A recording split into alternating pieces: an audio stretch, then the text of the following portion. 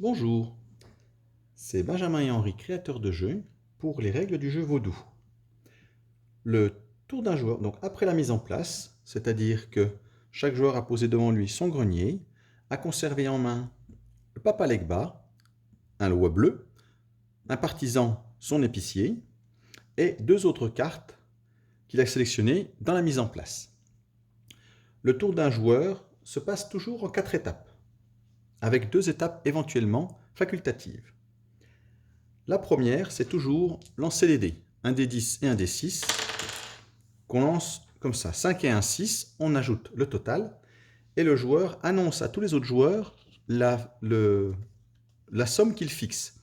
C'est important parce qu'il peut, le joueur, à son tour, activer, selon ce qu'il a posé devant lui, des lois bleues, comme le Papa Legba, qui permettent de modifier ce total. Ici, le Papa Legba permet d'ajouter ou de retrancher 1 au total. C'est-à-dire qu'avec le lancer de 6, il peut faire 5, 6 ou 7. Il choisit son total. Il y a d'autres lois bleues qui permettent de modifier ce total. Par exemple, ici, le fait de pouvoir relancer le dé à 10 faces. Important, si le joueur possède plusieurs lois bleues, il ne peut en activer à son tour qu'un et un seul. Une fois ce total fixé, tous les joueurs, dans l'ordre du tour, vont pouvoir activer une et une seule carte, c'est-à-dire un loi ou un partisan, carte qui possède ce symbole ici du symbole D avec l'activation. Comment cela se passe-t-il? Eh bien tout simplement, si le total du dé remplit la condition ici affichée 6- par exemple, le joueur qui a posé le cultivateur dans devant lui peut activer le cultivateur et prendre un tabac. Ici avec un total de 6, modifié à 5 ou à 6 pourra prendre un tabac. Si en revanche, le joueur a choisi de faire 7, comme le cultivateur s'active sur 6-, le lancer de dés c'est donc 6 ou moins, 7 ce n'est pas 6 ou moins, il ne peut pas activer le cultivateur. En cas d'activation, ici, on voit que le cultivateur possède 4 cases. En fait, comme un tabac occupe 2 cases, il ne peut poser dessus que 2 tabacs. Il peut également activer, par exemple, puisque tout le monde en a un au départ, son épicier. Ici, l'épicier s'active sur 9 ou moins. Le total choisi est bien inférieur ou égal à 9. Le joueur qui a posé cet épicier peut prendre une boisson ou une nourriture. Il le pose sur l'une des 2 cases là, ou bien dans son grenier. Il y a d'autres cartes à activer. Certaines sont particulières. J'en présente une tout de suite. Il s'agit du Baron Samedi. Le Baron Samedi, quand il s'active, sur 2- ou 15+, 15 ou plus, on peut dire c'est difficile, mais en fait, pensez que le 0 peut faire office de 10 ou de 0. C'est toujours au choix du joueur, selon ce qu'il décide de fixer comme total.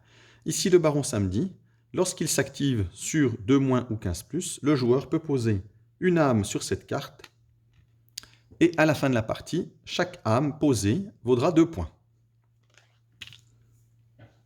Ensuite, le joueur actif, c'est-à-dire la personne qui a lancé les dés, peut activer une carte à taper.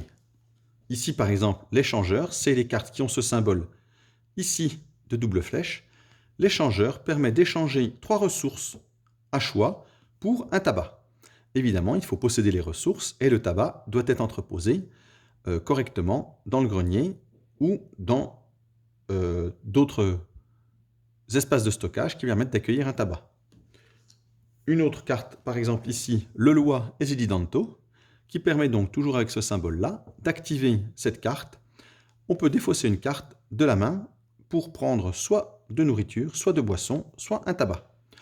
Cette activation de carte est facultative et on n'a le droit d'activer qu'une et une seule carte avec ce symbole. Ensuite, 4e phase, le joueur peut, à choix, mais doit forcément faire l'une des 2 actions suivantes, poser une carte ou prendre une carte. Ici, s'il choisit de prendre une carte, il peut prendre au marché, ici le marché partisan ou le marché loi. Il peut aussi prendre une carte secrète que personne ne voit sauf lui. Lorsqu'il prend une carte, si c'est une carte du marché, elle est immédiatement remplacée. Par exemple, le cultivateur ici, il le prend et l'incorpore à sa main et on remplace immédiatement par la suivante. En revanche, s'il veut poser une carte, il y a deux choix. Cette carte-là le propose. Ici, le barman. Pour poser le barman, soit le joueur dépense une ressource ici, une boisson, ou bien utilise le total de dés à nouveau. Ici, avoir fait un lancer de 9 ou plus au dé. Le cultivateur dont je viens de parler, par exemple, ça se pose avec 2 cuisses de poulet, 2 jetons nourriture, ou bien sur un lancer de dés à 6 ou moins. Ensuite, il y a des cartes spéciales. On peut les expliquer. Tout à coup, je retrouve le croque-mort. Il est semblable au Papa Legba, sauf que c'est une activation sur la double flèche, c'est-à-dire qu'une fois par manche, on peut taper la carte l'inclinée de 90 degrés pour poser dessus, en échange de 3 nourritures, une âme.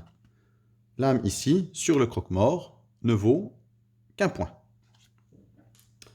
À la fin de la partie, donc lorsque l'un des joueurs a 10 personnes, 10 cartes posées devant lui, ou que l'un des joueurs a 3 lois de même couleur, la partie prend fin, la manche se termine, c'est-à-dire que tout le monde doit avoir lancé les dés le même nombre de fois. Le jeton premier joueur est là pour se souvenir qui a commencé. Et c'est donc le joueur à sa droite qui sera le dernier à lancer les dés. On compte les points et la personne qui en a le plus a gagné. Je vous remercie, à tout de suite pour un décompte.